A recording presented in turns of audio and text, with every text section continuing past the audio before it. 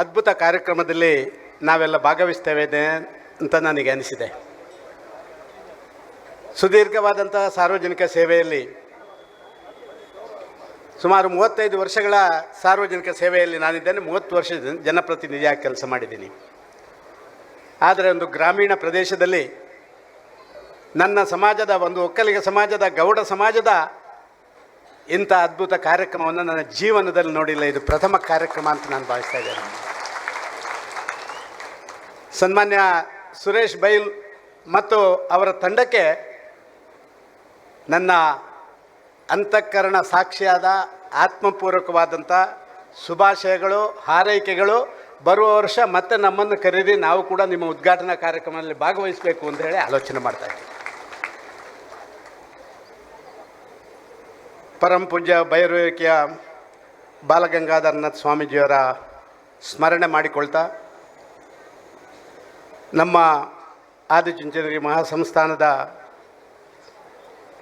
ಪೀಠಾಧ್ಯಕ್ಷರು, ನಮಗೆಲ್ಲ ಮಾರ್ಗದರ್ಶಕರು, ಈ ರೀತಿಯ ಸಮಾಜ ಸಂಘಟನೆಯಲ್ಲಿ ಅತ್ಯಂತ ಯಶಸ್ವಿಯಾಗಿ ತನ್ನನ್ನು ತೊಡಗಿಸಿಕೊಂಡ ಪೂಜ್ಯ ಸ್ವಾಮೀಜಿಯವರ ಪಾದಕಮಲಗಳಿಗೆ ನನ್ನ ಭಕ್ತಿಪೂರ್ವಕ ನಮನಗಳನ್ನು ಸಲ್ಲಿಸಿ, ದಕ್ಷಿಣ ಕನ್ನಡ ಜಿಲ್ಲೆ ಸುಳ್ಯ, ಪುತ್ತೂರು, ಬೆಳ್ತಂಗಡಿ, ಬಂಟ್ವಾಳದ ಭಾಗ ಇದು ಬಹುತೇಕ ಗೌಡ ಸಮಾಜ, ಒಕ್ಕಲಿಗರಿಂದ ತುಂಬಿದಂಥ ಒಂದು ನಾಡು.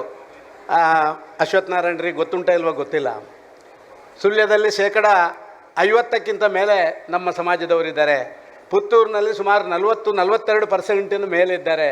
ಬೆಳ್ತಂಗಡಿಯಲ್ಲಿ ಸುಮಾರು 38%ವರೆಗೆ ನಮ್ಮ ಸಮಾಜದವರಿದ್ದಾರೆ. ದಕ್ಷಿಣ ಕನ್ನಡ ಜಿಲ್ಲೆಯ ಇಡೀ ಜಿಲ್ಲೆಯಲ್ಲಿ ನಾವು ರಾಜಕಾರಣವಾಗಿ ಮಾತಾಡೋದಾದರೆ ವೋಟರ್ಸ್ಗಳಲ್ಲಿ ನಂಬರ್ 1 ಸಂಖ್ಯೆ ಈ ಒಕ್ಕಲಿಗ ಸಮಾಜದಿದೆ ಅಂತ ನಾವು ತಿಳ್ಕೊಳ್ಬೇಕಾಗಿದೆ.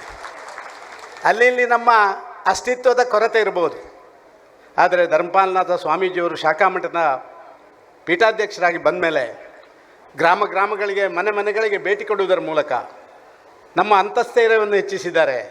ಹೌದು, ಈ ಸಮಾಜದಲ್ಲಿ ಹುಟ್ಟಿದಂಥ ನಾನು ಈ ಸಮಾಜದ ಒಬ್ಬ ಗೌರವದ ದೇಶದ ಪ್ರಜೆಯಾಗಿ ಬದುಕಬೇಕು ಅಂತ ಹೇಳುವಂಥ ಭಾವನೆಯನ್ನು ಮೂಡಿಸುವಂಥ ಕೆಲಸ ಮಾಡಿದ್ದಾರೆ. ಸ್ವಾಮೀಜಿ, ನಿಮ್ಮ ಪಾದಕಮಲಗಳಿಗೆ ನನ್ನ ಭಕ್ತಿಪೂರ್ವ ನಮನಗಳು. ನನ್ನ ಜೊತೆ ಡಾಕ್ಟರ್ ಅಶ್ವತ್ಥನಾರಾಯಣ ಇದ್ದಾರೆ. ನಿನ್ನೆ ರಾತ್ರಿ 9:30 ಗಂಟೆವರೆಗೆ ಅವರ ಕ್ಷೇತ್ರದಲ್ಲಿ ನಾನಿದ್ದೆ.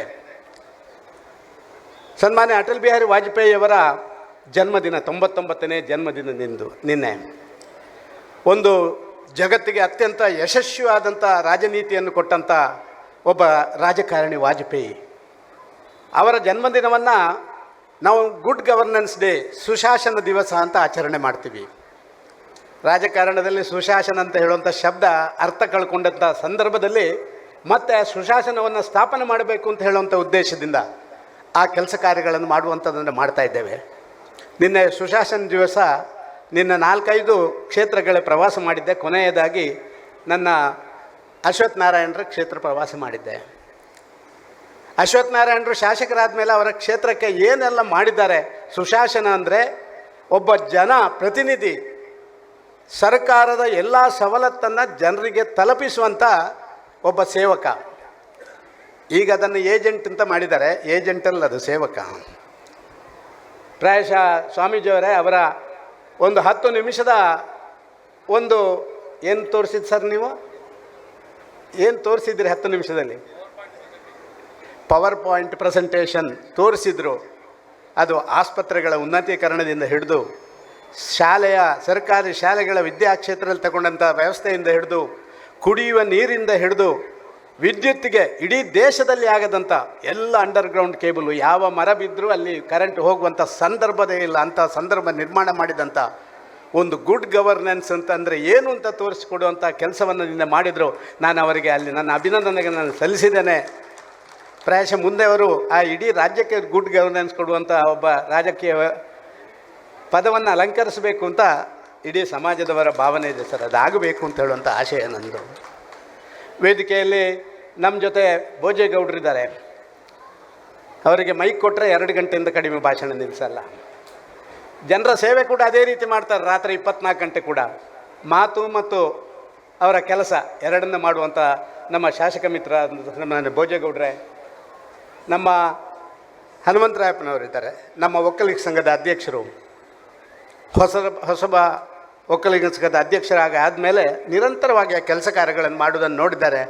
ನನ್ನದೇ ಕಾರ್ಯಕ್ಷೇತ್ರ, ನನಗೆ ಓಟು ಹಾಕದಿರ್ಬೋದು ಅವರು, ಆದರೆ ನನ್ನದೇ ಕಾರ್ಯಕ್ಷೇತ್ರದಲ್ಲಿದ್ದಂಥ ಒಬ್ಬ ವ್ಯಕ್ತಿ ಅವರು ಒಕ್ಕಲಿಗ ಸಮಾಜದ ಅಧ್ಯಕ್ಷರು. ಅವರು ಇವತ್ತು ನಮ್ಮೊಟ್ಟಿಗೆ ಉಪಸ್ಥಿತಿರುವಂಥ ನಮಗೆ ತುಂಬ ನೆಮ್ಮದಿ ತಂದೆ. ನನ್ನ ಜೊತೆ ನನ್ನ ಹಿಂದಿನ ಶಾಸಕರು ಅವರ ಬಗ್ಗೆ ಮಾತಾಡಿದಾಗ ಪ್ರಾರಂಭದಲ್ಲಿ ನಾನು 2 ನಿಮಿಷ ಮಾತಾಡ್ಬೋದಲ್ಲ ಗುರುಗಳೇ. ನಾವು ಒಬ್ಬ ಶಾಸಕನನ್ನು ನಮ್ಮ ಜಿಲ್ಲೆಯಲ್ಲಿ ಕಳ್ಕೊಂಡಿದ್ದೇವೆ. ಪ್ರಾಯಶಃ ದಕ್ಷಿಣ ಕನ್ನಡ ಜಿಲ್ಲೆಯಲ್ಲಿ ಒಕ್ಕಲಿಗರ ಪ್ರಾತಿನಿಧ್ಯ ಇವತ್ತು ಕೊರತೆ ಆಗಿದೆ ಅಂತ ಹೇಳುವಂಥ ನಾನು ಖಡಾಖಂಡಿತವಾಗಿ ಹೇಳಲಿಕ್ಕೆ ಇಚ್ಛಪಡ್ತದೆ. ಇಷ್ಟು ದೊಡ್ಡ ಸಂಖ್ಯೆಯಲ್ಲಿರುವಂಥ ಒಕ್ಕಲಿಗ ಸಮಾಜಕ್ಕೆ ಇವತ್ತು ಪ್ರಾತಿನಿಧ್ಯದ ಕೊರತೆ ಎದ್ದು ಕಾಣ್ತದೆ.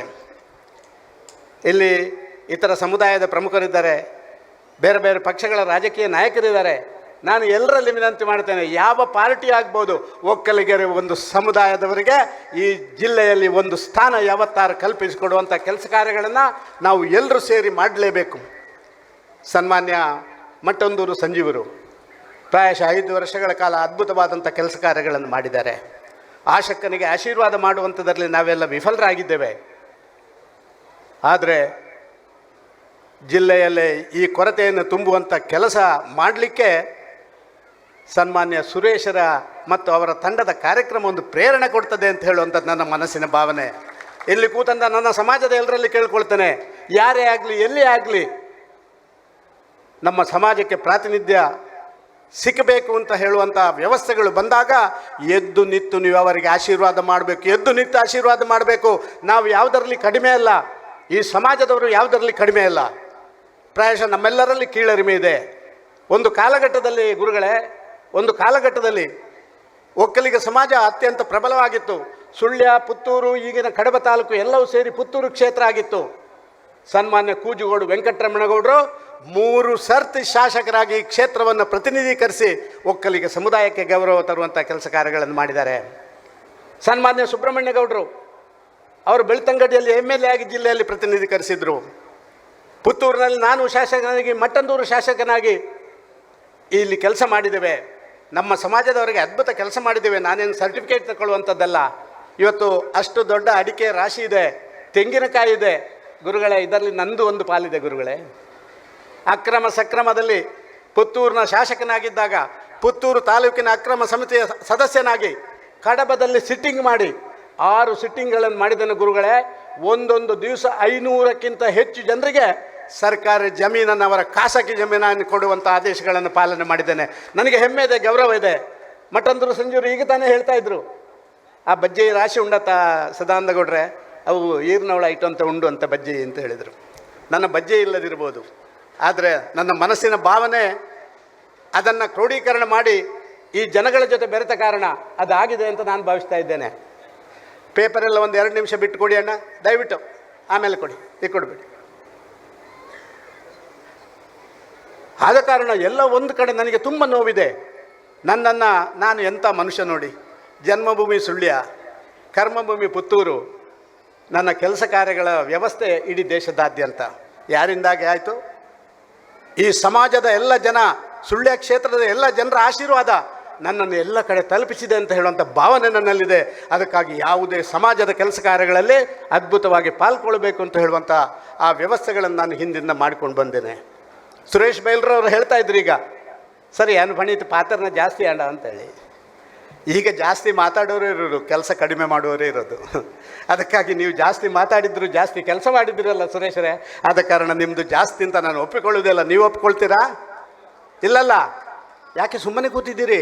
ಅವರ ಜೊತೆ ಇನ್ನು ಯಾವತ್ತೂ ದುಡಿಬೇಕಲ್ಲ ನೀವು. ಪ್ರಾಯಶಃ ನನಗೆ ಅನಿಸಿದೆ, ಸುಳ್ಯ, ಪುತ್ತೂರು, ಬೆಳ್ತಂಗಡಿ, ಮಂಗಳೂರಿನಲ್ಲಿ ಎಲ್ಲ ನಮ್ಮ ಸಮುದಾಯದ ಕಟ್ಟಡಗಳು ಮತ್ತೊಂದು ಎಲ್ಲವೂ ಇದೆ. ಹೊಸ ತಾಲೂಕಾದ ಕೂಡಲೇ ತಾಲೂಕಿನಲ್ಲಿ ಒಂದು ಇರಬೇಕು ಅಂತ ಹೇಳುವಂಥ ಭಾವನೆ ಬಂತಲ್ಲ, ಇದು ಅದ್ಭುತ ಭೋಜೇಗೌಡ್ರೆ. ಕಡಬ ತಾಲೂಕಿನಲ್ಲಿ 75% ಮೇಲೆ ಒಕ್ಕಲಿಗ ಸಮಾಜದವರೇ ಇದ್ದಾರೆ. 75% ಮೇಲೆ. ಈ ತಾಲೂಕ್ ಪಂಚಾಯತ್ ಇರ್ಬೋದು, ಮತ್ತೊಂದಿರ್ಬೋದು, ಮುಂದಿನ ದಿನಗಳಲ್ಲಿ ಬೈಫರ್ಕೇಟ್ ಆದರೆ ಇಲ್ಲಿ ತಾಲೂಕ್ ಪಂಚಾಯತ್ ಗೌಡ ಸಮಾಜದ ಅಧ್ಯಕ್ಷನೇ ಆಗ್ತಾನೆ, ಬೇರೆಯವರು ಆಗಲಿಕ್ಕೆ ಸಾಧ್ಯವೇ ಇಲ್ಲ. ಆ ರೀತಿಯಲ್ಲಿರುವಂಥ ತಾಲೂಕು ಇದಾಗಿದೆ. ಸುಳ್ಯದಿಂದ ಒಂದು 4-5 ಗ್ರಾಮಗಳು, ಪುತ್ತೂರಿಂದ ಒಂದಷ್ಟು ಗ್ರಾಮಗಳು ಸೇರಿ ಗೌಡ್ರಿಗಾಗಿಯೇ ನಿರ್ಮಾಣವಾದಂಥ ಕಡಬ ತಾಲೂಕು ಅಂತ ನಾನು ತಿಳ್ಕೊಳ್ತಾ ಇದ್ದೇನೆ. ಪ್ರಾಯಶಃ ಕಡಬ ತಾಲೂಕು ರಚನೆಯಲ್ಲಿ ನಂದು ಒಂದು ಪಾಲಿದೆ, ನೀವು ಆರಿಸಿ ಕಳಿಸಿದವರದ್ದು ಒಂದು ಪಾಲಿದೆ. ಇದನ್ನು ಒಂದು ತಾಲೂಕನ್ನಾಗಿ ಪರಿವರ್ತನೆ ಮಾಡಬೇಕು ಅಂತ ಹೇಳುವಂಥದ್ದು.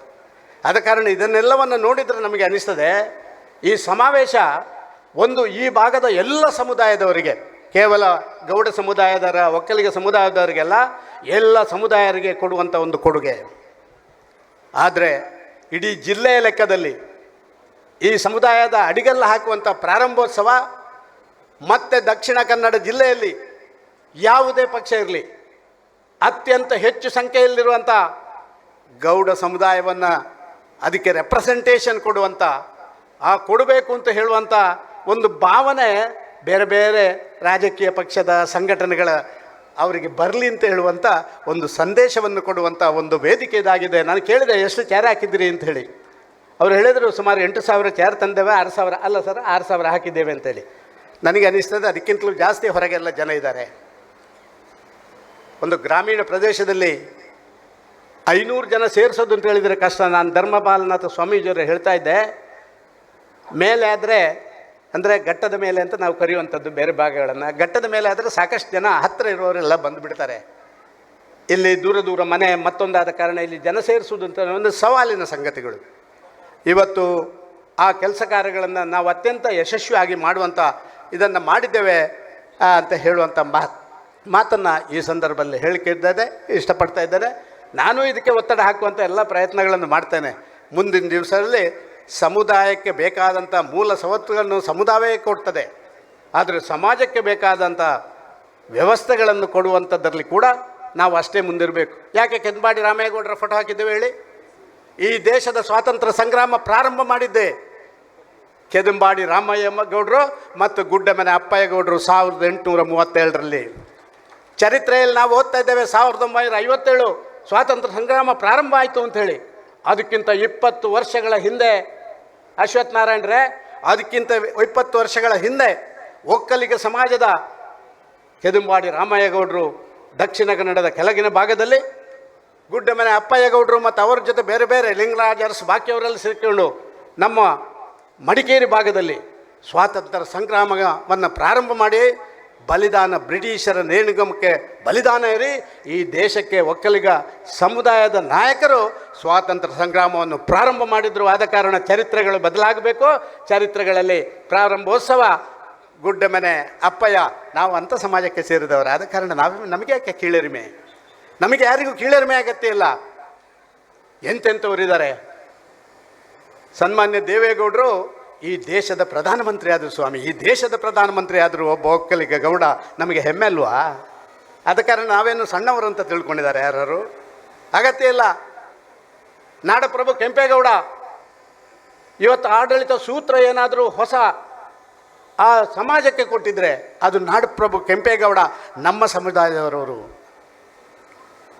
ಇವತ್ತು ಸ್ಮಾರ್ಟ್ ಸಿಟಿ ಕಾನ್ಸೆಪ್ಟ್ ನಾವೆಲ್ಲ ಭಾರಿ ಜೋರಲ್ಲಿ ಅನುಷ್ಠಾನ ಮಾಡ್ತಾ ಇದ್ದೇವೆ. ಬ್ಯಾಂಗ್ಳೂರು, ಮಂಗಳೂರು ಎಲ್ಲ ಕಡೆಗಳಲ್ಲಿ ಸ್ಮಾರ್ಟ್ ಸಿಟಿ ಕಾನ್ಸೆಪ್ಟ್ ಕೊಟ್ಟವರು ಯಾರು?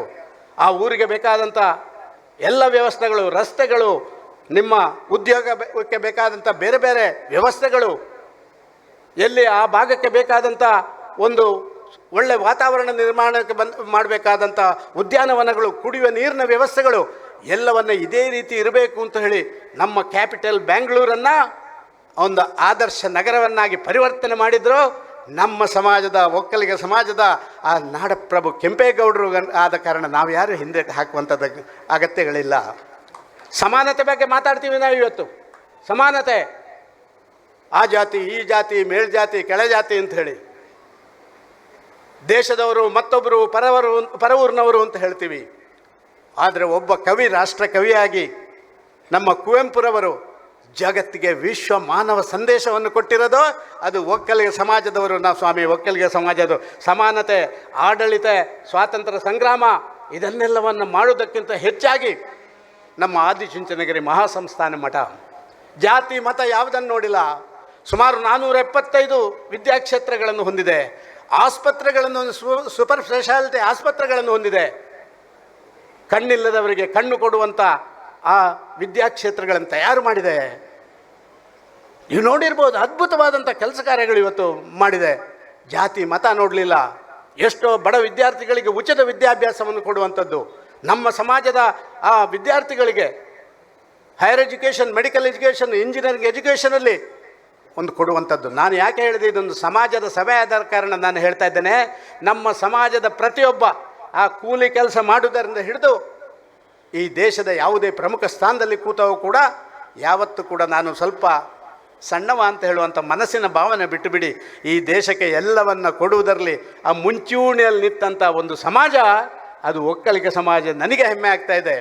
ಹಲವಾರು ಸಂದರ್ಭದಲ್ಲಿ ಬೇರೆ ಬೇರೆ ತೊಂದರೆ ಆಗುತ್ತೆ. ನಾನು ಮುಖ್ಯಮಂತ್ರಿ ಆಗಿದ್ದೆ, ಅಶ್ವತ್ಥ ನಾರಾಯಣರ ಮೇಲೆ ನಗಾಡಲಿಕ್ಕೆ ಶುರು ಮಾಡಿದರು. ಆದಿಚುಂಚನಗಿರಿ ಮಹಾಸಂಸ್ಥಾನದ ನಮ್ಮ ಭೈರವೇಕ ಬಾಲಗಂಗಾಧರ ಸ್ವಾಮೀಜಿಯವರ ಒಂದು ಅದ್ಭುತ ಕಾರ್ಯಕ್ರಮ ಬ್ಯಾಂಗ್ಳೂರಿನಲ್ಲಿ ನಡೀತು. ಸುಮಾರು 4 ಲಕ್ಷ ಜನ ಸೇರಿದ್ರು. 4 ಲಕ್ಷ, 1-2 ಲಕ್ಷ ಅಲ್ಲ, 4 ಲಕ್ಷ ಜನ ಸೇರಿದ್ರು. ನಾನು ಮುಖ್ಯಮಂತ್ರಿ ಆಗಿದ್ದೆ. ನಮ್ಮ ಒಕ್ಕಲಿಗ ಸಂಘದ ಎಲ್ಲ ನಾಯಕರು ಸೇರಿಕೊಂಡು ಇದನ್ನು ಸಮಾರಂಭವನ್ನು ಮಾಡಿದ್ದೆವು. ಸಮಾರಂಭದ ಭಾಷಣದಲ್ಲಿ ಒಂದು ಮಾತು ನಾನು ಹೇಳಿದೆ.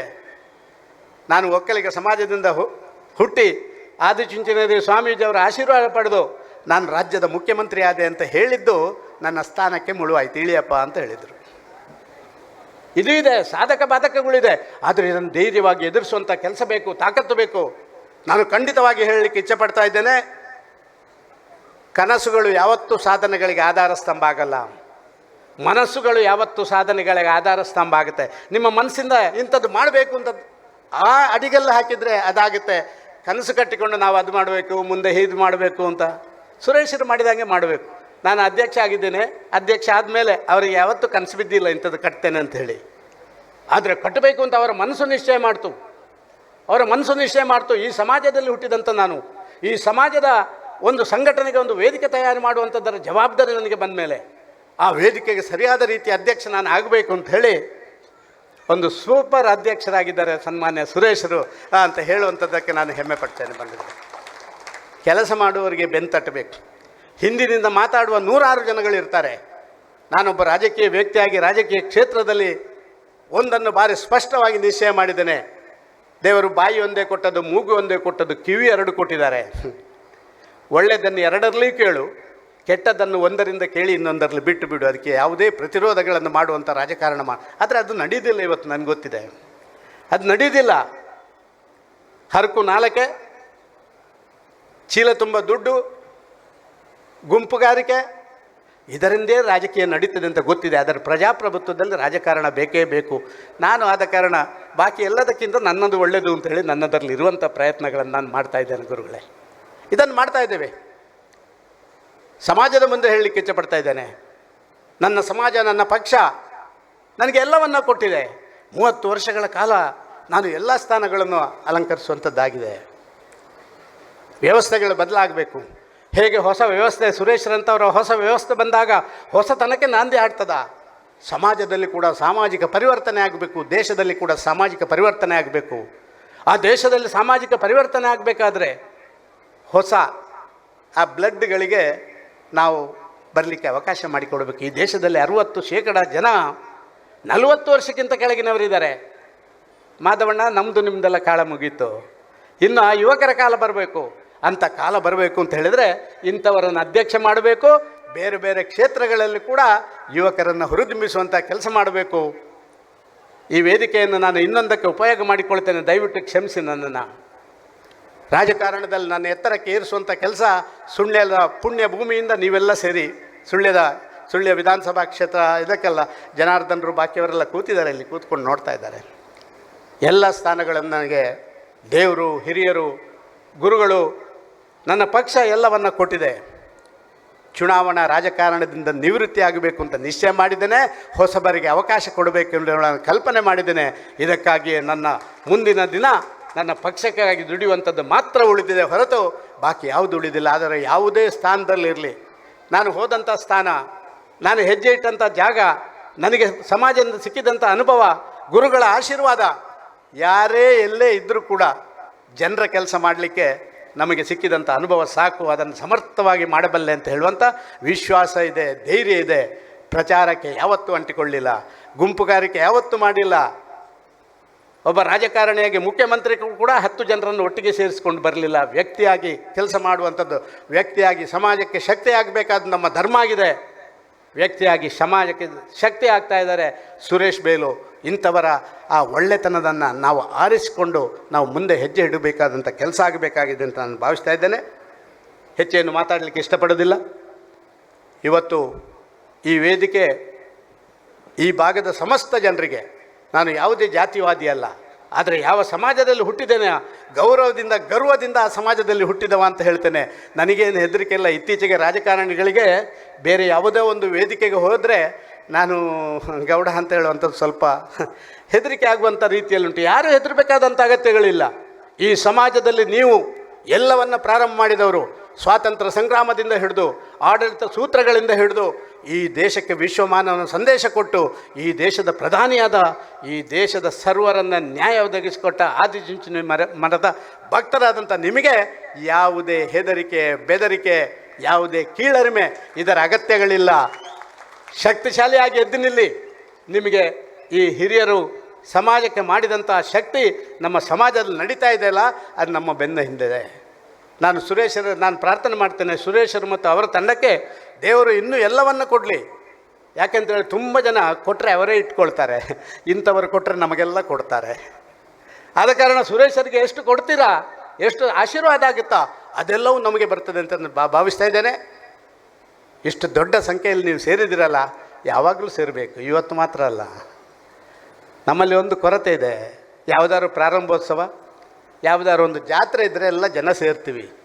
ನಂತರದ ಕೆಲಸ ಕಾರ್ಯಗಳಲ್ಲಿ ಅವ ಆಯೆ ಮಲ್ಪಡಪ್ಪ, ಅವ ಮಾಡಲಿಯ ಮತ್ತೆ ನೋಡಿಕೊಮ್ಮ, ಈಗೆಂತಕ್ಕೆ ನೀ ಅದಕ್ಕೆಲ್ಲ ಕೈ ಹಾಕೋದು, ಈ ರೀತಿಯ ಭಾವನೆ ಇದೆ. ಅದನ್ನು ಬಿಡಬೇಕು.